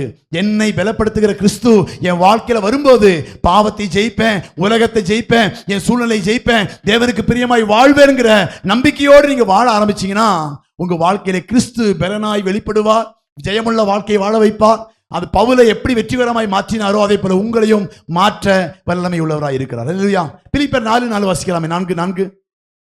கர்த்தருக்குள் எப்பொழுதும் சந்தோஷமாயிருங்கள், கர்த்தருக்குள் எப்பொழுதும் சந்தோஷமாயிருங்கள், சந்தோஷமாயிருங்கள் என்று மறுபடியும் சொல்லுகிறேன். ஆமா, கர்த்தருக்குள் எப்பொழுதும் சந்தோஷமாயிருங்கள் என்று மறுபடியும் சொல்லுகிறேன். சொல்றாரு, கர்த்தருக்குள் சந்தோஷமா இருந்தீங்கன்னா எல்லாவற்றையும் ஜெயிக்க உங்களால முடியும். கர்த்தருக்குள் நீங்க சந்தோஷமா இருந்தீங்கன்னா நீ எல்லாவற்றையும் மேற்கொள்ள முடியும். கர்த்தரை விட்டு நீங்க தூர போனீங்கன்னா எல்லாவற்றிலும் நீங்க தோற்று போய் விடுவீர்கள். அல்லேலூயா. அதாவது சொல்றாரு, கர்த்தருக்குள் எப்பொழுதும் சந்தோஷமா இருங்க. உங்க பலப்படுத்துகிற கிறிஸ்துவ கர்த்தரோடு கூட ஐக்கியமா இருங்க, சந்தோஷமா இருங்க. கர்த்தரை நீங்க உங்க பக்கத்துல வச்சுக்கங்க, எல்லாவற்றையும் ஜெயிக்க அவர் உதவி செய்வார். நீங்க கர்த்தர் இல்லாம உலகத்துல போனீங்கன்னா தோத்து போயிருவீங்க. கர்த்தருக்குள் எப்பொழுதும் சந்தோஷமா இருங்கள், சந்தோஷமா இருங்கள் என்று மறுபடியும் சொல்லுகிறார். கர்த்தருக்குள் இருக்கிற சந்தோஷம் தான் உங்களை ஜெயாளியாய் மாற்றும். கர்த்தருக்குள் இருக்கிற சந்தோஷம் தான் பாவத்திலிருந்து விலக்கி பாதுகாக்கும். கர்த்தருக்குள் இருக்கிற அந்த ஐக்கியம் தான் உங்களை பாவத்தை எதிர்த்து நிற்க செய்யும். பாவத்தோடு எதிர்த்து நிற்க முடியாம கர்த்தரை விட்டு நீங்க போனீங்கன்னா சிம்சோன் போனது போலதான். கர்த்தர் விலகிறதை அறியாமல் ஓடி போனா கண்ணை பிடுங்கி போட்டாங்க. இன்னைக்கு அப்படித்தான் நிறைய பேர் கர்த்தருக்குள் இல்லாம ஓடுகிற ஓட்டத்தினால தான் கண்ணு குருடாயி தப்பி தப்பி நடக்குது. எப்படி போறதுன்னு தெரியாம என்ன பண்ணிருங்க, திருடி அதாவது குருட்டுல தடவி தடவி நடந்து கொண்டிருக்கிறார்கள். கர்த்தர் பலனாய் வராது விட்டால் சந்தோஷமோ, கர்த்தருக்குள் எப்பொழுதும் சந்தோஷமாய் இருங்கள், சந்தோஷமாய் இருங்கள் என்று மறுபடியும் உங்களுக்கு சொல்லுகிறேன். அடுத்த வசனம் வாசிக்கலாம். உங்கள் சாந்த குணம் எல்லா மனுஷனுக்கும் தெரிந்திருப்பதாக. ஆமா, உங்கள் சாந்த குணம், பக்கத்தை கைப்பிடி சொல்லுங்க, உங்கள் சாந்த குணம் எல்லா மனுஷனுக்கும் தெரிந்திருப்பதாக. எல்லாம் தெரியும் தெரியும் எல்லாம் உங்கள் சாந்த குணம் எல்லா மனுஷனுக்கும் தெரியுது. எல்லாம் தெரியுதுங்க. எல்லாம் சிரிப்பு பார்த்தா என்னமோ உங்க சாந்த குணம் தெரியணும். இன்னைக்கு என்ன குணம் தெரியுது உங்களுக்கு? கிறிஸ்து இல்லாத வாழ்க்கை சாந்த குணத்தை வெளிப்படுத்தாது. உங்களுடைய ஆமா ஆவியை வெளிப்படுத்தும். நீங்க யாரை சார்ந்து இருக்கிறீர்கள் என்பதை வெளிப்படுத்தும். கிறிஸ்து உங்களுக்குள்ள இருந்தா உங்களுக்கு சாந்த குணம் இருக்கும். சத்துரு உங்களுக்குள்ள இருந்தா உங்களுடைய கிரியைகள் அப்படிப்பட்டதா இருக்கும். உங்கள் சாந்த குணம் 4 வசனம் வாசிக்கலாம். 4:4 வாசிக்கலாமே. கர்த்தருக்குள் எப்பொழுதும் சந்தோஷமாயிருங்கள், கர்த்தருக்குள் எப்பொழுதும் சந்தோஷமாயிருங்கள், சந்தோஷமாயிருங்கள் என்று மறுபடியும் சந்தோஷமாயிருங்கள் என்று மறுபடியும் சொல்லுங்க. கர்த்தருக்குள் நீங்க இருந்தா உங்களுக்கு சாந்த குணம் இருக்கும். அதை மற்றவர்கள் அறிந்திருப்பார்கள். நீங்க கர்த்தருக்குள் இல்லாவிட்டால் உங்கள் மூர்க்க குணம் எல்லாருக்கும் அறிந்திருக்கும். அப்பொழுது உங்களுடைய குணம் வெளிப்படும். அல்லேலூயா. இப்ப எந்த குணத்துல நீங்க இருக்கிறீங்க? என்னை பலப்படுத்துவது கிறிஸ்துவாய் இருந்தால் என் சாந்த குணம் என் குடும்பத்தில் தெரியும். என்னை பலப்படுத்துவது சத்துருவாய் இருந்தா வந்து பார், அப்ப தெரியும். அல்லேலூயா. அப்படிதானே? அப்படிதான் இருக்குது இன்னைக்கு. ஆமா, நம்மை பலப்படுத்துவது யார்? கிறிஸ்துவா சத்துருவா? கிறிஸ்துதான் சொல்றோம். உண்மை நல்லா இருக்கு, நானும் அதை இருக்குன்னு நினைக்கிறேன். இருக்குதான், செக் பண்ணி பாருங்கன்னு சொல்ல வர்றேன். என்னை பலப்படுத்துகிற கிறிஸ்துவினாலே எல்லாவற்றையும் செய்ய எனக்கு பலன் உண்டு என்று சொல்லிக் கொள்வது மாத்திரமல்ல, அது செயலிலே வெளிப்பட வேண்டும். ஆமென். 4:4 கர்த்தருக்குள் எப்பொழுதும் சந்தோஷமாய் இருங்கள், சந்தோஷமாய் இருங்கள் என்று மறுபடியும் சொல்லுகிறேன். அடுத்த வசனம், உங்கள் சாந்த குணம் எல்லா மனுஷருக்கும் தெரிந்திருப்பதாக கர்த்தர் சமீபமாய் இருக்கிறார். கர்த்தர் ஆமா சாந்த குணம் இல்லைன்னா கைவிட்டு போயிருவாருன்னு அர்த்தம். கர்த்தர் வருகை என்னது மிக சீக்கிரமா இருக்கிறதுனால நீங்க சாந்த குணத்தோடு கூட ஆவியில ஆராதிச்சு தேவனை மகிமைப்படுத்தாம இருந்தா என்னாச்சு, கைவிட்டு டாட்டா காணிச்சுட்டு போயிருவாரு. ஹாய் பாய் போயிட்டு வரேன்னு என்ன வருவாரு, போயிடுவார். நீங்க இங்கேயே இருந்துட்டு சண்டை போட்டே இருக்கதான். இன்னும் ஆறெல்லாம் இருக்க, ஏன்டா விட்டுட்டு போனாரு, ஏன்டா விட்டு போனாரு, ஏதாவது ஒரு சண்டை தான் போடுவீங்க நீங்க. அப்ப நீங்க மாற வேண்டும் என்று சொன்னா சாந்த குணத்தை தரித்துக்கொள், கிறிஸ்துவை உங்கள் பக்கமா வைத்துக் கொள்ளுங்கள், கிறிஸ்துவுக்கு பிரியமாய் வாழ ஆரம்பியுங்கள், கிறிஸ்துவை நீங்கள் தரித்துக் கொள்ளுங்கள். உங்கள் ஆசைகளையும் இச்சைகளையும் சிறுவிலே அறைந்து விட்டு, அதுக்கு தான் ஞானஸ்தானம் என்று சொன்னா நம்முடைய மாம்சத்தின் கிரிகள் எல்லாம் விட்டு விட்டு அடக்கம் பண்ணி கிறிஸ்து இயேசுவுக்குள் உயிர்த்தெழுந்தது போல அவருக்குள் வாழும்படியாய் உயிர்த்தெழுந்த நாம் இன்னும் மாம்ச எண்ணங்களோடு நாம் இருப்போமானா உங்கள் சாந்த குணம் எல்லாருக்கும் தெரியாது. அந்த கிரியை வேற 6 வசனம் வாசிக்கலாம். 5:6 6 வசனம்.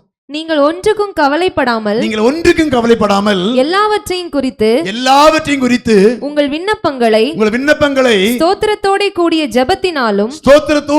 ஜெபத்தினாலும் வேண்டுதலினாலும் தேவனுக்கு தெரியப்படுத்துங்கள். உங்களுக்கு என்ன தேவை, எது குறையா இருக்குது, எது முடியாம இருக்குது, எது மாறாம இருக்குது, எது பிரச்சனையா இருக்குது, நீங்க ஜெபம் பண்ணுங்க ஆண்டவர் சமூகத்துல.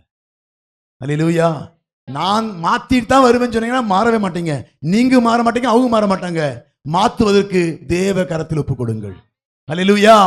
உங்க வாழ்க்கையில எது குறையா இருக்குது, கணவன் குறையா இருக்கலாம், மனைவி குறையா இருக்கலாம், பிள்ளைகளை குறையா இருக்கலாம், வீடு வாசல் இல்லாத குறையா இருக்கலாம், எல்லாவற்றையும் நீங்கள் ஒன்றுக்கும் கவலைப்படாமல் சாந்த குணத்தோடு கூட குடும்பத்தில் நடந்து கொள்ளுங்கள். நீங்க சண்டை போட்டு சாதிக்க முடியாது என்பதை தெரிந்து கொண்டு தேவ சமூகத்தில் போய், ஆண்டவரே என்னால போராட முடியாதப்பா, எல்லாத்தையும் உங்க இடத்துல ஒப்பு கொடுத்துறேன்னு சொல்லி நீங்க போராடுவதை தேவ கரத்தில் ஒப்பு கொடுத்து நீங்கள் ஒன்றுக்கும் கவலைப்படாமல் எல்லாவற்றை குறித்தும் உங்கள் விண்ணப்பங்களையும் ஸ்தோத்திரத்தோடு கூடிய ஜெபத்தினாலும் வேண்டுதலினாலும் தேவனுக்கு தெரியப்படுத்தணும். தேவ சமூகத்துல வச்சு நீங்க ஜெபம் பண்ணாதான் உங்க பிள்ளை வாழ்க்கை மாறும். நீங்க இப்போ வாங்கி கொடுக்கறதுனால உங்க பிள்ளை வாழ்க்கை மாறாது. ஐயோ இதை கேட்டு சண்டை போடுறானே, வாங்கி கொடுத்தா சரியாயிரும் சொல்லி பண்ணி வாங்கி கொடுக்குறீங்க, அவன் வேற கேட்பான், நாளைக்கு அதுக்கு நீங்க போராடுவீங்க, வேற கேட்பான். அப்ப நீங்க ஜெபம் பண்ண, ஆண்டவரே என் பிள்ளைய மாற்றுங்க. வாங்கி கொடுத்த பிள்ளையை திருப்திப்படுத்த முடியாது, வாங்கி கொடுத்து மனைவி திருப்திப்படுத்த முடியாது, வாங்கி கொடுத்து கணவனை திருப்திப்படுத்த முடியாது. தேவ சமூகத்தில் ஆண்டவரே நல்ல ஆவி கொடுங்கப்பா, இவனுக்குள்ள ஆசையில கொடுக்கக்கூடிய காரியத்தை எல்லாம் கட்டுப்படுத்துங்க ஆண்டவரே சொல்லி ஜெபம் பண்ணி எல்லாவற்றையும் அங்கே தெரிவிக்க வேண்டும். 7 வசனம் வாசிக்கலாம். அப்பொழுது எல்லா புத்திக்கும் மேலான தேவ சமாதானம் உங்கள் இருதயங்களையும். ஆமா, சண்டை இல்லாம முடிஞ்சிரும் காரியம், சமாதானமா வீட்டில் இருக்கலாம். நான் மாத்திரம் நீ மாத்திரம் சொல்லி நீங்க வாயை கையில் எடுத்தீங்கன்னா என்ன ஆயிரும்? ஆமா, வாய் அடி என்ன இருக்கும், இப்படி போய் இப்படி திரும்பி இருக்கோம், இங்க வீங்கி இருக்கு, இங்க ஏங்க அது ஒண்ணு இல்லைங்க, நான் ஜமாளிக்க பார்த்தேன் முடியல, என்னாச்சு விளைவு பெருசா போயிடுச்சும்போம். அதான் நீங்க வாயை வீட்டில் அடிக்கக்கூடாது, தேவனிடத்தில் உங்க விண்ணப்பத்தை தெரிவிக்க வேண்டும். அல்லேலூயா. எல்லாவற்றையும் அப்பொழுது எல்லா புத்திக்கும் மேலான தேவ சமாதானம் உங்கள் இருதயங்களையும் உங்கள் சிந்தைகளையும் கிறிஸ்து இயேசுவுக்குள் காத்துக்கொள்ளும். அப்ப கிறிஸ்து இயேசுவுக்குள் காணப்படுகிற பலனும் மகிமையும் வர வேண்டும் என்று சொன்னா நீங்க எல்லாவற்றுக்காகவும் ஸ்தோத்திரம், எல்லாவற்றுக்கும் ஜெபம் பண்ண ஆரம்பிங்க. ஆண்டவரே நீங்க கொடுத்ததுக்காக நன்றி அப்பா, நீங்க என்ன வாழ்க்கையில என்ன மாற்ற போறதுக்காக நன்றி ஆண்டவரே சொல்லி உங்க பலவீனங்கள் எல்லாம் ஆண்டு சமூகத்தில் ஒப்பு கொடுங்க. அடுத்த வசனம் வாசிக்கலாம். 8. கடைசியாக சகோதரரே, உண்மை உள்ளவைகள் எவைகளோ, ஒழுக்கம் உள்ளவைகள் எவைகளோ, நீதி உள்ளவைகள் எவைகளோ, கற்புள்ளவைகள் எவைகளோ, அன்புள்ளவைகள் எவைகளோ, நற்கீர்த்தி உள்ளவைகள் எவைகளோ, புண்ணியம் எதுவோ, புகழ் எதுவோ, அவைகளையே சிந்தித்துக் கொண்டிருங்கள். அதாவது அவர் சொல்ல பாருங்க, கடைசியாக சகோதரரே, உண்மை உள்ளவைகள் எவைகளோ, ஒழுக்கம் உள்ளவைகள் எவைகளோ, நீதி உள்ளவைகள் எவைகளோ, கற்புள்ளவைகள் எவைகளோ, அன்புள்ளவைகள் எவைகளோ, நற்கீர்த்தி உள்ளவைகள் எவைகளோ, புண்ணியம் எதுவோ, புகழ் எதுவோ, அவைகளையே சிந்தித்துக் கொண்டிருங்கள். அல்லேலூயா. கர்த்தருக்கு பிரியமான அந்த ஆவியின் கனிக்கு பிரியமாய் நீங்கள் வாழ. ஆவியின் கனியோ அன்பு, சந்தோஷம், சமாதானம், சாந்தம், இச்சையடக்கம், அந்த 9 வரங்களுக்கு பத்தி கனிகளுக்கு பார்த்தீங்களா, இந்த கனிக்கு உங்க இருதயத்தை நீங்க மாற்றினீங்கன்னா ஆவியானவர் எல்லாவற்றையும் ஜெயமாய் மாற்ற முடியும். அல்லேலூயா. ஜெபத்தோடு கூட நீங்க அதாவது கிறிஸ்து இயேசுவுக்குள் உங்களை காத்துக்கொண்டு, என்னை பலப்படுத்துகிற கிறிஸ்துவினாலே எல்லாவற்றையும் செய்ய எனக்கு பலன் உண்டு என்று சொல்லி வசனம் சொல்கிறது. அப்ப ஆவியிலே நம்ம வாழும்படியாய் சரீரத்தின் ஆசை இச்சைகளையும் எல்லாவற்றையும் சிலுவையிலே அடக்கம் பண்ணப்படும்படியாக ஞானஸ்தானத்தின் மூலமாய் அடக்கம் பண்ணப்பட்ட நாம் அதை திரும்ப எடுத்துக்கொள்ளாதபடிக்கு யாராச்சும் எடுத்திருந்தா திரும்ப போச்சிருங்க. ஆண்டவரே, என்னுடைய மாம்சத்துக்கு விரோதமாய் செயல்படக்கூடிய தூண்டி விடுகிறதான எல்லாவற்றையும் நான் திரும்பவும் புதைக்கிறேன்ப்பா. இனி என் வாழ்க்கையில நான் கிறிஸ்துவோடு கூட உயிர்த்தெழுவதற்கு பங்குள்ளவர்களாக முடிக்கி என்னுடைய மாம்சத்தின் எல்லா கிரியைகளையும் நான் என்ன பண்றேன், அவரோடு கூட அடக்கம் பண்ணப்பட்டு நான் கிறிஸ்துவுக்காய் வாழ என்னை ஒப்பு கொடுக்கிறேன். அதனால இனிமேல் நான் உண்மையுள்ளவர்களுக்காக, ஒழுக்கம் உள்ளவர்களுக்காக, நீதி உள்ளவர்களுக்காக, கற்புள்ளவர்களுக்காக, அன்புள்ளவர்களுக்காக, நற்கீர்த்தி உள்ளவர்களுக்காக, புண்ணியத்துக்காக வாழ நான் தீர்மானிக்கிறேன் என்று சொல்லி நீங்கள் தீர்மானிக்கும் போது என்னை பலப்படுத்துகிற கிறிஸ்துவினாலே எல்லாவற்றையும் செய்ய எனக்கு பலன் உண்டு என்று சொல்லி பவுல் சொன்னது போல பலப்படுத்துகிற கிறிஸ்து வந்தா தான் உங்க வாழ்க்கையிலே ஜெயம். பலப்படுத்துகிற இயேசு உங்க வாழ்க்கையில வந்தா மட்டும்தான் அவர் விடுதலையாய் வாழ்வதற்கு உதவி செய்வார். ஆமென். இப்ப பவுல் எதுக்கு சொன்னார் தெரியுமா? அடுத்த வசனம் வாசிக்கலாம். நீங்கள் என்னிடத்தில் கற்றும் அடைந்தும் கேட்டும் கண்டும் இருக்கிறவைகள் எவைகளோ அவைகளையே செய்யுங்கள். அப்பொழுது சமாதானத்தின் தேவன் உங்களோடு இருப்பார். ஆமா, நீங்கள் என்னிடத்தில் கற்றும் அடைந்தும் கேட்டும் கண்டும் இருக்கிறவர்களையே அவைகளையே செய்யுங்கள். அப்பொழுது சமாதானத்தின் தேவன் உங்களோடு இருப்பார். உங்க கூட கர்த்தர் இருக்கணும்னா நீங்க எப்படி இருக்க வேண்டும் என்று சொல்லி எங்க பவுல் சொல்றாரு. நீங்க புண்ணியமானவைகளை செய்ய ஆரம்பிங்க, நல்லதை செய்ய ஆரம்பிங்க, அன்புள்ளவைகளை செய்ய ஆரம்பிங்க, வம்புள்ளதை செய்யாதீங்க, கற்புள்ளதை செய்யுங்க, பாவம் உள்ளதை செய்யாதீங்க. நீ நிறைய காரியங்கள் விளக்கி சொல்லணும்னு நினைச்சேன், நேரமாச்சு, அதனால முடிக்க விரும்புகிறேன். நம்மளை ஆண்டவருக்குள்ள பலப்படுத்துகிற கிறிஸ்துவை நீங்க தரித்து கொண்டா மட்டும்தான் உலகத்தை ஜெயிக்க முடியும், பாவத்தை ஜெயிக்க முடியும். உலகத்தின் ஆஸ்திகள் மேல வேற எதிர் மேல உங்க கண்ணு போகாது, கிறிஸ்துவின் மேல மட்டும் கண்ணு போகும். அப்பதான் கிறிஸ்துவில் என்ன பண்ணும், ஆவியிலே ஆராதிச்சு தேவநாமத்தை மகிமைப்படுத்தக்கூடிய பிள்ளைகளாய் உங்களையும் என்னை கர்த்தர் மாற்றுவார். அல்லேலூயா. என்னை பலப்படுத்துகிற கிறிஸ்துவினாலே எல்லாவற்றையும் செய்ய பலனுண்டு என்று சொல்லி பவுல் சொன்னது போல, உங்களுக்கு வாழ்க்கையில் என்ன குறையா இருந்தாலும் தேவ சமூகத்தில் ஜெபத்தோடு கூட தெரியப்படுத்துங்க. உங்க சாந்த குணம் எல்லாருக்கும் தெரிந்திருப்பதாக. ஏன்னா அவருடைய வருகை சமீபமா இருக்கிறதுனால இன்னும் உங்க கண் போன போக்கிலும் கால் போன போக்கிலும் போகாதபடிக்கு கிறிஸ்துவுக்குள் உங்களை காத்துக்கொள்ளுங்கள். கிறிஸ்து உங்களுக்கு ஜீவன் கொடுக்கும்படியாக திரும்ப அவர் என்ன பண்ணுவாரு, உயிரோடு எழுந்த உங்களையும் என்னை கூட்டிக் கொண்டு சேர்க்கும்படியாய் சீக்கிரம் வரப்போகிறார். அதனால பவுல் சொன்னது போல, என்னை பலப்படுத்துகிற கிறிஸ்துவினாலே எல்லாவற்றையும் செய்ய எனக்கு பலன் உண்டு. பலப்படுத்துகிற இடம் எது? உங்களையும் என்னையும் பலப்படுத்துகிற இடம் எது? ஜெபிக்கும் நேரத்திலே கர்த்தர் நம்மை பலப்படுத்துகிறார். வேதத்தை வாசிக்கும் போது கர்த்தர் நம்மை பலப்படுத்துகிறார். ஆராதனைக்கு கூடி வரும்போது கர்த்தர் நம்மை பலப்படுத்துகிறார். ஐக்கியப்பட்டு ஜெபிக்கும் போது கர்த்தர் நம்மை பலப்படுத்துகிறார். இந்த இல்லாம வேற எங்கேயும் உங்களுக்கு பலன் கிடைக்காது. அல்லேலூயா. இது உங்க வாழ்க்கையிலே காணப்படுகிறதா என்பதை நீங்கள் பாருங்கள். என்னை பலப்படுத்துகிற கிறிஸ்துவினாலே எல்லாவற்றையும் செய்ய எனக்கு பலன் உண்டு என்று சொல்லும் போது, பலப்படுத்துகிற அந்த காரியம் உங்களுக்கு காணப்படாவிட்டால் நீங்க சொல்லிட்டு என்னை பலப்படுத்துங்க ஆண்டவரே, பலப்படுத்துங்க ஆண்டவரே சொல்லலாம். ஆனா நடக்காது. நீங்கள் பலப்படக்கூடிய இடத்துக்கு நீங்க போகணும். என்னது? ஒண்ணு, ஜெபிக்கிறதுக்கு தனியாய் அமர்க்க வேண்டும். இரண்டாவது, குடும்பமாய் ஜெபிக்க ஆரம்பிக்க வேண்டும். மூன்றாவது, வேதத்தை வாசிக்க ஆரம்பிக்க வேண்டும். சபை கூடி வருதலை விட்டுவிடக் கூடாது. அதை தொடர்ந்து என்ன பண்ணணும்? கூடி வரணும். ஐக்கியப்பட்டு ஜெபிக்கிறதை விட்டுவிடக்கூடாது. அல்லேலூயா. இதுதான் உங்க வாழ்க்கையிலே பலப்படுத்துகிற இடம். இந்த இடங்களுக்கு நீங்க வந்தீங்கன்னா மட்டும்தான், இந்த நீங்க வாழ்க்கையை செய்தா மட்டும்தான் நீங்கள் கிறிஸ்துவுக்குள் உங்களை பலப்படுத்திக் கொள்ள முடியும். இல்லாவிட்டால் எல்லாம் முடிஞ்சு போயிடும். அல்லேலூயா. அதனால இந்த நாளிலே கண்களை மூடி நாம் ஜெபிக்க போகிறோம். ஆண்டவரை பார்த்து, என்னை பலப்படுத்துகிற கிறிஸ்துவினாலே எல்லாவற்றையும் செய்ய எனக்கு பலன் உண்டு. வேதம் சொல்லுகிறது, கிறிஸ்துவனுடையவர்கள் மாம்சத்தையும் ஆசை இச்சைகளையும் சிலுவையிலே அறைந்திருக்கிறார்கள். நம்முடைய மனதின்படியாக மாம்சத்தின்படியாக ஆசைகளோடு கூட வாழ்கிற வாழ்க்கை அல்ல, ஆவியிலே தேவனுக்கு பிரியமாய் சரீரத்தை கட்டுப்படுத்தி வாழ்கிற வாழ்க்கை தான் கிறிஸ்தவ வாழ்க்கை. ஆண்டவரே, என் ஆவி ஆத்துமா சரீரத்தை பலப்படுத்தும்படியாய் உன் கரத்தில் ஒப்புக் கொடுக்கிறேன். இந்த நாளிலும் என்னையே நான் தாழ்த்தி அர்ப்பணிக்கிறேன். ஆண்டவரே, என்னை பலப்படுத்த நீ கடந்து வருவீராக. ஆண்டவரே, பலப்படுத்தக்கூடிய காரியங்கள் என் வாழ்க்கையில காணப்படுவதாக. நான் பலவீனப்பட்டு வாழ்ந்து கொண்டிருக்கிறேன்ப்பா. என்னை பலப்படுத்தும்படியாய் இன்று முதல் ஜெபிக்க ஆரம்பிப்பேன்ப்பா. என்னை பலப்படுத்தும்படியாய் இன்று முதல் வேதத்தை வாசிக்க ஆரம்பிப்பேன். ஆண்டவரே, இன்று முதல் ஆண்டவரே, சபை கூடி வருதலை விட்டு விடாதபடிக்கு சபைக்கு ஓடி வருவேன்ப்பா. ஐக்கியப்பட்டு குடும்பமா ஜெயிப்பேன். ஐக்கியப்பட்டு சகோதரர்கள் சகோதரிகளை கூடி வந்து அங்க ஜெபிப்போம். இப்படிப்பட்ட ஐக்கியத்தோடு நீங்க காணப்பட்டீங்கன்னா நீங்கள் கிறிஸ்துவுக்குள் பலனடைந்து, பலத்தின் மேல் பலனடைந்து, கழுகுகளைப் போல செட்டைகளை விரித்து அடித்து பறக்கக்கூடிய கிருபை கர்த்தர் கொடுக்க வல்லவராய் இருக்கிறார்.